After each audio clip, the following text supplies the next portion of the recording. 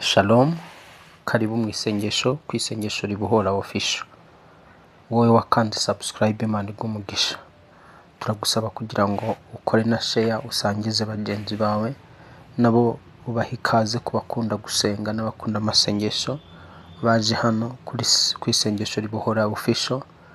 Karibu rwose, Imana amahoro y'umugisha. Nawe ari ubwa mbere uje ku isengesho ribohora official, karibu cyane. Karibu mu isengesho tugiye kwinjiramo ni isengesho rigaruza umugisha wawe wibwe, rigarura ibyawe byose byanyazwe. Ushobora kuba uri kunkurikirana waragiraga ukuboko kwiza ukora bikagenda, ariko kano kanya bikaba bitakigenda. Ni ukuvuga ngo bakwibye ukuboko k'umugisha. Ushobora kuba waragiraga igikundiro kera, aka kanya ntacyo, uranzwe, imiryango irakwanze, abantu bakuvuyeho. Karibu muri iri sengesho tugarura igikundiro cyawe mu buryo bw'isengesho. Ushobora kuba waragiraga ubwenge mu ishuri ugatsinda, cyangwa abana bawe baragiraga ubwenge bagatsinda bakagira amanota meza, kano kanya basigaye baza mu banyuma. Karibu mu isengesho tugarura ubwo bwenge. Ushobora kuba unkurikiranye kera utararwaragurikaga, ariko aka kanya ukaba ari wowe urwaragurika, nta cyumweru kijya gishira cyangwa ukwezi gushira utarwaye. Karibu mu isengesho rigarura amagara yawe meza. Ushobora kuba unyumva waragiraga ibihe byo gusenga ukaryoherwa nabyo muri wowe, ugasenga rwose ukumva isengesho rirazamutse rigeze aho rijya. Karibu mu isengesho nawe tugarura ibyo bihe byawe bya kera. Ushobora kuba hari impano wagiraga zakoraga muri wowe, aka kanya zazimye, warazibwe. Karibu mu isengesho rigarura ibyawe wibwe. Mbere rero yuko twinjira mu isengesho nyirizina, reka dusome ijambo ry'Imana rigufi ritubera umucyo cyangwa twifashisha muri iri sengesho rigarura ibyawe. Ijambo ry'Imana turarisanga hano, turarisanga hano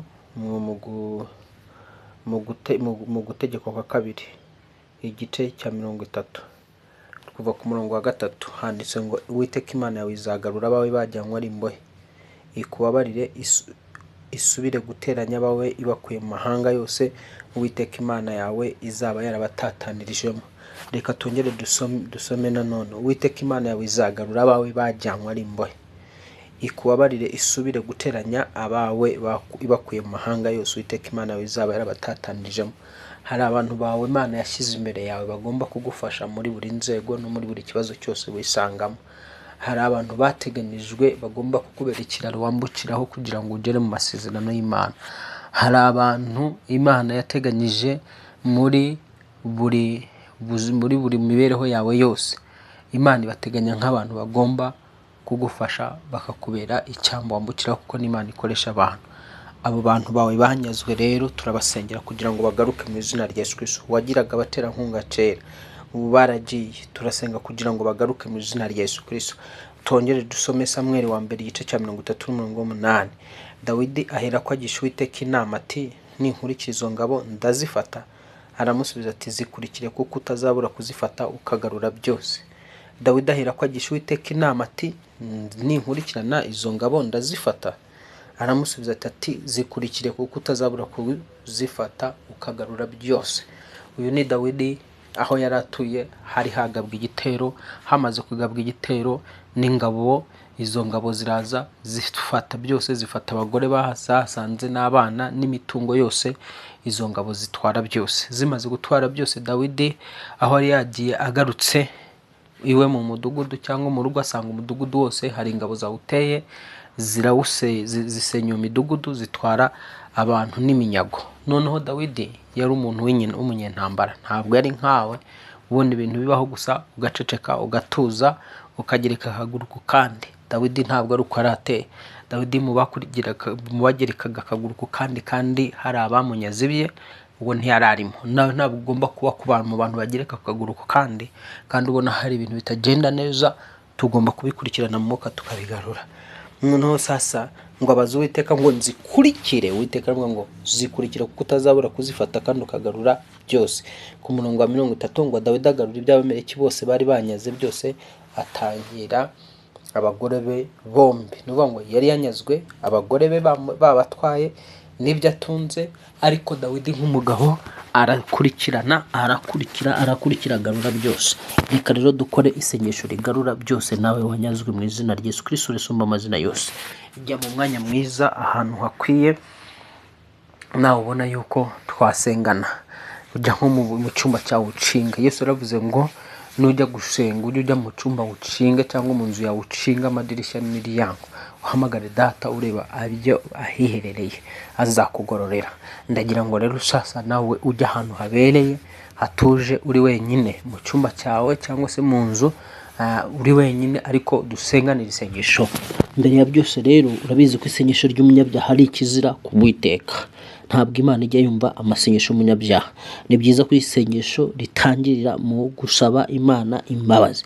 Vuga uti Mana nyir'ijuru n'isi, Mana nyir'icyubahiro, wowe waremye ijuru n'isi, wowe wanteranyije mu nda ya mama ukanzana hano mu isi, nciye bugufi, nsabye imbabazi z'ibyaha byanjye, nsabye imbabazi z'ibicumuro byose byo ngucumuraho, mu magambo, mu bikorwa, mu bitekerezo, mu marangamutima no mu bushake. Uwiteka nciye bugufi nsaba kugira ngo maraso Yesu Kristo yuhagire umutima wanjye, yuhagire ubwenge bwanjye, yuhagire ibitekerezo, yuhagire imyumvire. Basa nkaya maraso Yesu Kristo asukura ubugingo bwanjye bwose, imbaraga zose zashatse kumanyiriza ubugingo no kunyangiriza umutima, kunyangiriza ubwenge, zivumwe mu izina rya Yesu Kristo wabambwe agapfa akazuka. Uwiteka karibu, Uwiteka karibu, Mana ihoraho karibu, karibu mu bugingo bwanjye. Uwiteka karibu muri njyewe mo imbere. Uwiteka karibu, umwuka wawe nguhaye karibu, kugira ngo umwuka w'Uwiteka yambare umutima wanjye, yambare ubwenge bwanjye. Umwuka wa Uwiteka yambare imyumvire, yambare imitekerereze. Izina rya Yesu Kristo ikirere cyanjye Uwiteka kigarurire, Uwiteka gifate. Aho ndi ngwino uhaganze, ngwino hategeke. Nsabye kugira ngo ubwami bwawe Uwiteka buze aho ndi, butegeke kandi buganze hano hantu hondi. Mu izina rya Yesu Kristo wapfuye akazuka, imbaraga zose zarwanya isengesho ryanjye, zikarwanya umwanya wondimo gusenga, ndazivuma mu izina rya Yesu Kristo watsinze urupfu n'ikuzimu. Ndirukana buri mwuka wose warwanya ikirere cyanjye, ndirukana buri mwuka wose warwanya amasengesho yanjye mu izina rya Yesu Kristo, mu izina rya Yesu Kristo, mu izina rya Yesu Kristo. Amasaha nk'aya mwami, ururuka ubane nanjye, ururuka ungirire neza, ururuka untabare katika jina la Yesu. Maze muri amasaha ibihe byanjye byanyazwe, ibihe byanjye byanyazwe n'umwanzi Satani, ndabikurikirana, ndabigarura mu izina rya Yesu Kristo. Ndagarura ibihe byanjye, ibihe byiza byo gusenga, ibihe byiza byo kwizera, ibihe byiza byo gukiranuka, ibihe byiza byo gusabana n'Imana, ndabibohoza. Mbohoje ikirere cyanjye, ikirere kizima, ikirere cy'amasengesho, imbaraga zose, iz'umupfumu, iz'umukonikoni, iz'umwuka udafite umubiri, udafite amaraso, zashaka kurwanya mu kirere cyanjye, zirwanya amasengesho yanjye, zirwanya ibisubizo by'amasengesho, ndazikubita hasi mu izina rya Yesu Kristo watsinze urupfu n'ikuzimu. Mu izina rya Yesu Kristo watsinze urupfu n'ikuzimu. Ndi mu mwuka, ndagarura ubwenge bwanjye umwanzi ashaka kwiba mu izina rya Yesu. Ubwenge bwanjye ndabugarura mu izina rya Yesu, ndabugarura mu izina rya Yesu, ndabugarura mu izina rya Yesu. Ubwenge bwanjye bwose ndabugarura mu izina rya Yesu. Ubwo umwanzi yanyabye ndabumwambura mu izina rya Yesu Kristo wabambwe agapfa akazuka. Ndagarura igikundiro cyanjye mu izina rya Yesu Kristo wabambwe agapfa akazuka. Nkurikiranye mu isi y'umwuka buri mwanzi wanjye wese, yaba umugore, yaba umukobwa, yaba umusore, yaba umukecuru, umusaza, mu isi y'umwuka uriwe wese washatse kutwara umugisha wanjye, ndakunyaga ubwonko bwanjye, ndakunyaga ibitekerezo byiza mu izina rya Yesu Kristo, ndakunyaga igikundiro cyanjye mu izina rya Yesu Kristo watsinze urupfu n'ikuzimu. Ndakubita hasi imbaraga zose zirwanya agakiza kanjye, zirwanya iterambere ryanjye mu izina rya Yesu. Aturuka mu izina rya Yesu. Wa mwuka we urwanya iterambere ryanjye mu buryo bw'umwuka, wa mwuka we udafite umubiri, udafite amaraso, wa murozi we winjira mu buzima bwanjye ugashaka kuntsindisha ubugome bwa Satani, imyuka mibi, imyuka abadayimoni, ntuzansinda, ntuzanshobora. Izina rya Yesu Kristo handitswe yuko Uwiteka naho intambara yambaho, umutima wanjye uzikomeza umutima. Icyo nsaba Uwiteka ni kimwe, ni ukuba mu nzu y'Uwiteka nanjye nkabureba ubwiza bwo mu rusengero rwe. Aka kanya ndi mu nzu y'Uwiteka mu buryo bw'umwuka, ninjiye mu mwuka, ninjiye mu nzu y'Uwiteka kwa jina la Yesu. Ndakubita hasi imbaraga zose zirwanya ibyanjye, zirwanya umugisha wanjye, zirwanya mwana uwo ngomba kuba we, mu izina rya Yesu Kristo. Izo imbaraga zose zanyaza amahoro, zanyaza igikundiro, zanyaza ihumure, zinyaga ibyiringiro, ndazikubita hasi mu izina rya Yesu Kristo. Izanyaze business yanjye ndazisenya, ndazirimbura mu izina rya Yesu Kristo. Watsinze urupfu n'ikuzimu mu izina rya Yesu Kristo. Kinga ntihagire ukingura. Ushobora kuba unkurikirana, hari ibyo ubona Satani yakunyaze, bikurikire mu mwuka, bikurikire. Vuga uti ndakurikira ibyanjye byose aho byatwawe. Uwabitwaye wese, yaba umugabo, yaba umugore, wantwara imigisha, wantwara umugore, wantwara umugabo, wantwara ibyanjye, yewe wa muntu we, rekura imigisha nge, rekura imigisha nge. Fire kwa jina la Yesu, fire kwa jina la Yesu, fire kwa jina la Yesu, fire kwa jina la Yesu, fire kwa jina la Yesu, fire kwa jina la Yesu, fire kwa jina la Yesu, fire kwa jina la Yesu, fire kwa jina la Yesu. Ndatwika muri imbaraga yose y'umurozi, imbuza umutekano, inyambura ibyanjye mu izina rya Yesu. Umurozi wakwambuye ubutunzi ndamuvuma, ndamusenya kwa jina la Yesu. Vuga uti mu izina rya Yesu, buri murozi wese unyaga umugisha, buri murozi wese witambika ubuzima bwanjye, buri murozi wese wanyaze ibyanjye, buri dayimoni yanyaze ibyanjye, buri muzemo, buri jini byose byanyaze, ndi mu mwuka ndabyambura umugisha wanjye. Yewe dayimoni ndakwambura umugisha wanjye zina rya Yesu Kristo. Yewe wa murozi we, yewe wa muzimu we, yewe wa jini we, rekura umugisha wanjye mu izina rya Yesu Kristo. Watsinze urupfu n'ikuzimu. Ndatura ngo umugisha wanjye uragarutse, akazi kanjye karagarutse, business yanjye ruragarutse, amahirwe yanjye aragarutse, urubyaro rwanjye ruragarutse mu izina rya Yesu, urushako rwanjye ruragarutse mu izina rya Yesu. Mu izina rya Yesu Kristo ndagarura urushako rwanjye, ndagarura iminsi myiza kwa jina la Yesu Kristo, umwana w'Imana nzima. Imbaraga zose zashatse kugira ngo zimbuze amahoro, zimbuze amahemo, zimbohesha iminyururu y'ibibazo, iminyururu y'agahinda, iminyururu y'intimba, iminyururu y'akababaro, iminyururu yo gusuza umutima, iminyururu y'ubwoba bw'ahazaza, ndayica mu izina rya Yesu, ndayica mu izina rya Yesu, ndayica mu izina rya Yesu. Ndaca iminyururu yose umwanzi yambohesha, ndaca iminyururu yose Satani yambohesha, ndagaruza ibyanjye byose ibyo yanyaze, ndagaruza ingendo zanjye umwanzi yibye zina rya Yesu Kristo, zina rya Yesu Kristo. Ndagarura uturisi yanjye zina rya Yesu Kristo. Niba uri umukobwa, zamura isengesho, ugarure uturisi yawe, ugarure mu nda hawe, ugarure isura yawe, garura igikundiro cyawe, garura ingano yawe.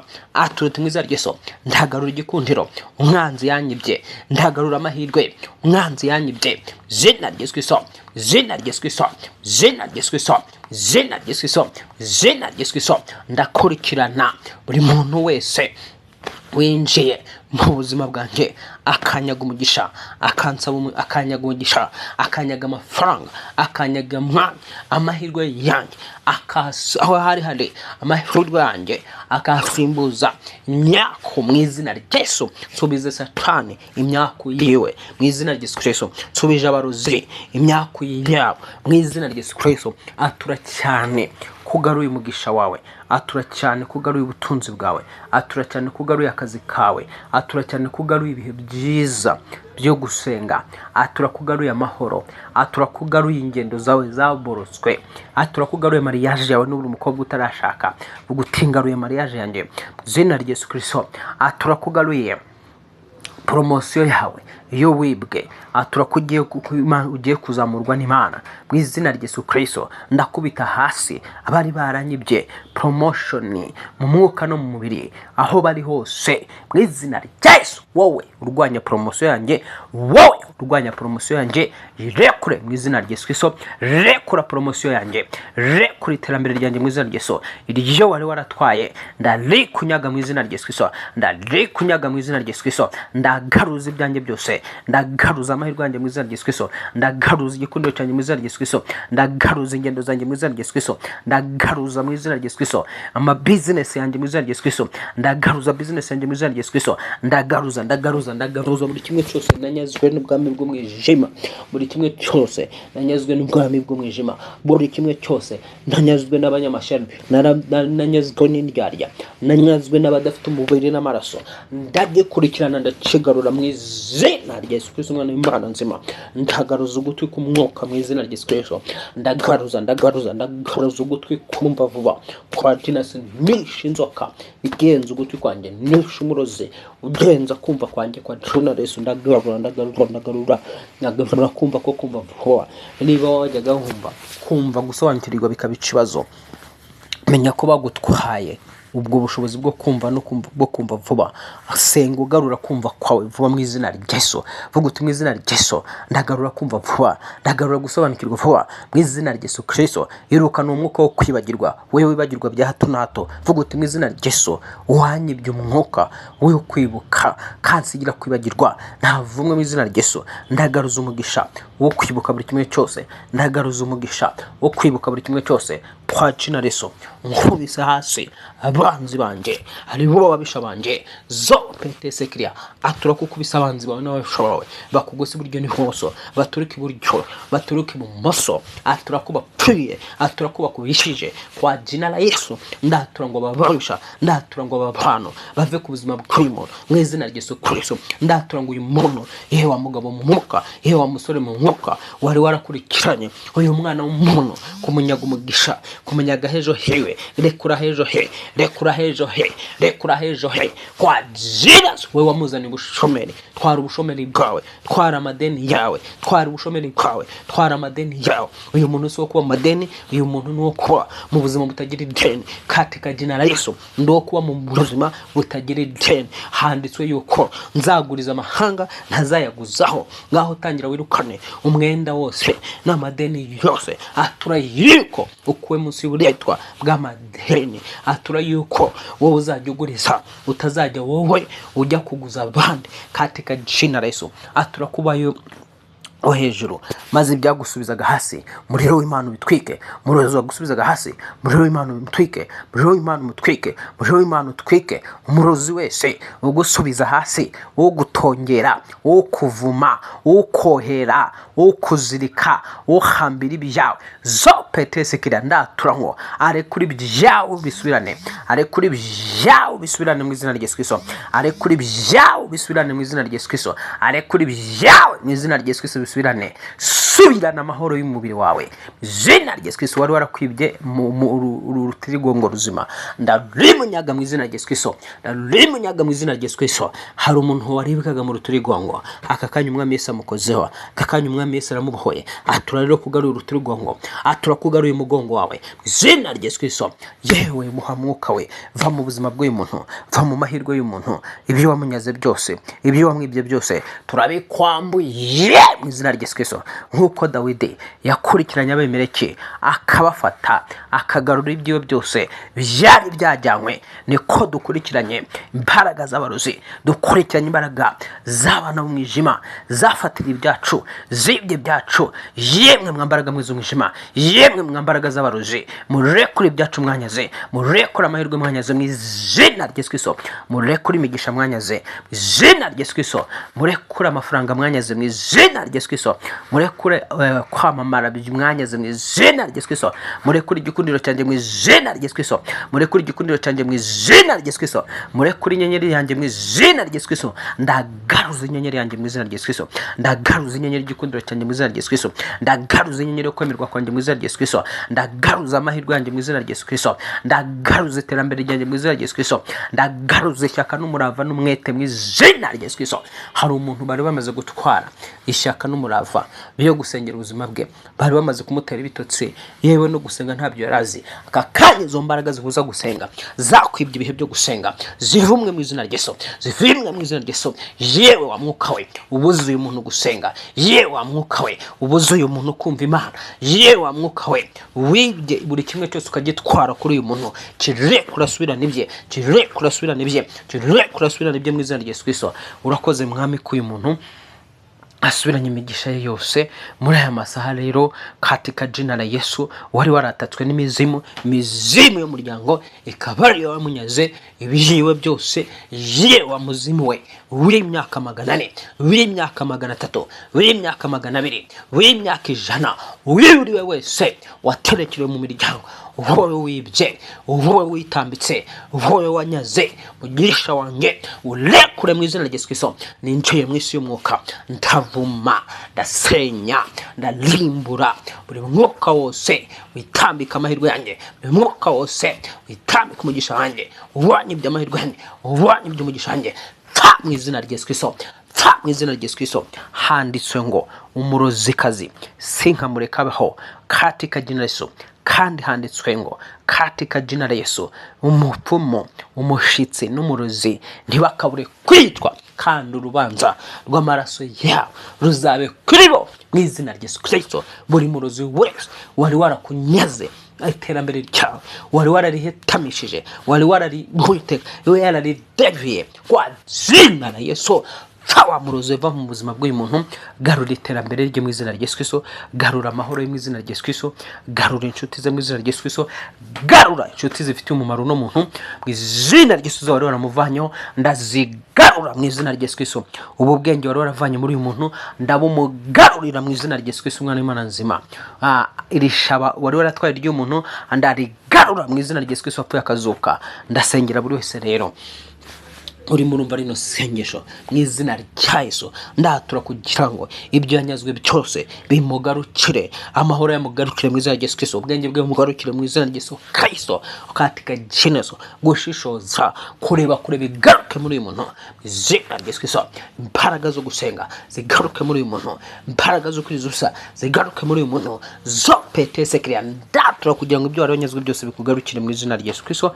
Urakoze mwami, komeza usenge, senga ubohoza, senga ubohoza amafaranga, senga ubohoza ibishoro, senga ubohoza akazi.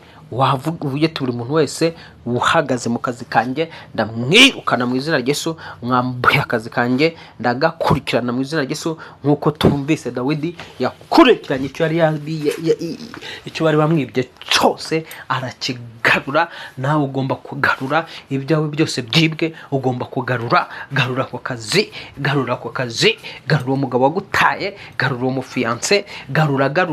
Atura ngo ndagarura umufiance wanjye. Niba uratawe n'umufiance, niba ntawe ugufiansa, atura kumufashe, atura kumugaruye izina rya Yesu Kristo. Niba nta gishoro ufite washakaga gukora, atura yuko icyo gishoro dore bakibye mu mwuka, bagitwaye mu mwuka, atura kukigaruye izina rya Yesu Kristo, izina rya Yesu Kristo, izina rya Yesu Kristo. Niba wari ufite ukuguru ufite ikibazo, atura ngo ndagarura ukuguru kwanjye mu izina rya Yesu, ndagarura ukuguru kwanjye mu izina rya Yesu. Wantwaye ukuguru kuzima, avumwe mu izina rya Yesu, vumwe mu izina rya Yesu Kristo. Niba mu nda hawe ahari hafite ikibazo, vuga uti mu izina rya Yesu ufashe ku nda, atura kugarura inda yawe mu izina rya Yesu Kristo, atura kugarura inda yawe mu izina rya Yesu Kristo. Niba unkurikiranye kano kanya urwaye runaka, atura tumwa burwaye we sohoka muri njyewe. Urashoboka ukaburwaye mu gatuza, urashoboka burwaye mu mugongo, urashoboka burwaye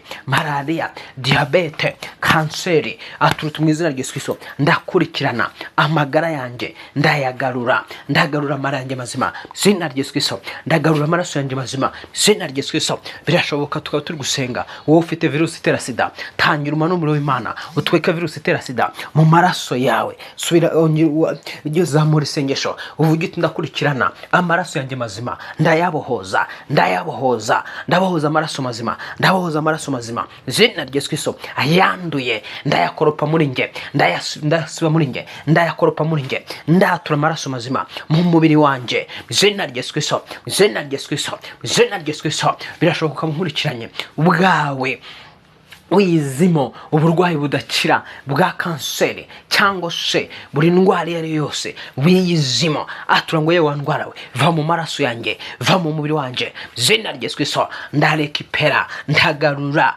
magara mazima, zina rya Yesu Kristo ndagarura ubuzima buzira umuze, zina rya Yesu Kristo, zina rya Yesu Kristo, zina rya Yesu Kristo. Urakoze Mwami kugaruye umugisha wanjye, urakoze Mwami kungaruriye amahirwe, urakoze Yesu Kristo kungaruriye ibyo nari nanyazwe n'umugome Satani, byose ndabirekipera, byose biragarutse, hatabuzeho na kimwe. Katika jina la Yesu ninjiye mu mugisha, ngarukanye imitungo yanjye, ngarukanye amahirwe yanjye, ngarukanye ingendo zanjye mu izina rya Yesu Kristo. Zopetese kriya, urakoze Mwami ko uyu muntu mugarura imigisha yose yari yaranyazwe. Amashimwe n'icyubahiro kugarukire mu ijuru no mu isi mu izina rya Yesu isumba amazina yose.